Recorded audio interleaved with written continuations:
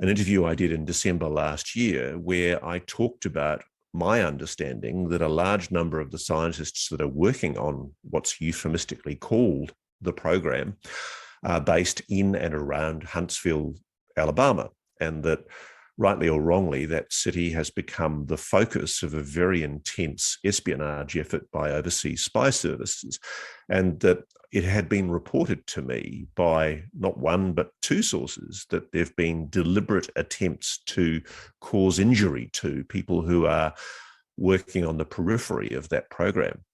And there was concern that some of the people that are working in the program are not being adequately protected. And this is one of the reasons why I was being contacted, and other friends of mine have been contacted as well, that there's a concern that basically scientists working in essentially research related to ongoing anti-gravitics research are suffering harassment from overseas espionage intelligence services.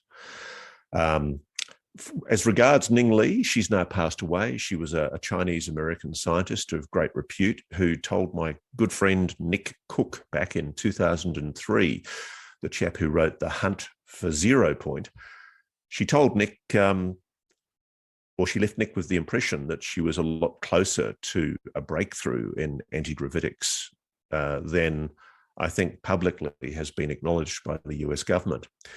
And certainly, I'm not suggesting that the research which is ongoing at the moment is definitively linked to Ning Li's research, but I'm told that anti-gravitics research continues in the United States at the moment.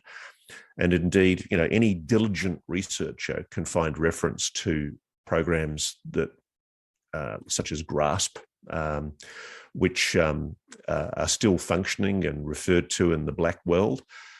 I don't know how advanced they are, and neither should I, frankly. I mean, I'm cheering them on, frankly. If America can get a breakthrough in anti-gravitics before the Russians or the Chinese, I bloody well hope they do, because frankly, I wouldn't want authoritarian dictatorships like the Russians or the Chinese controlling the technology that is represented by the propulsion systems that we're seeing in our skies.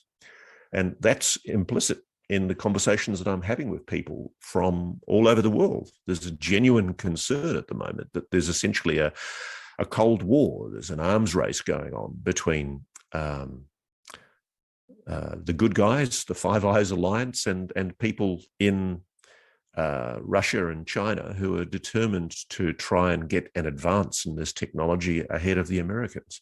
And they'll do that at any cost. They'll do that with espionage if necessary.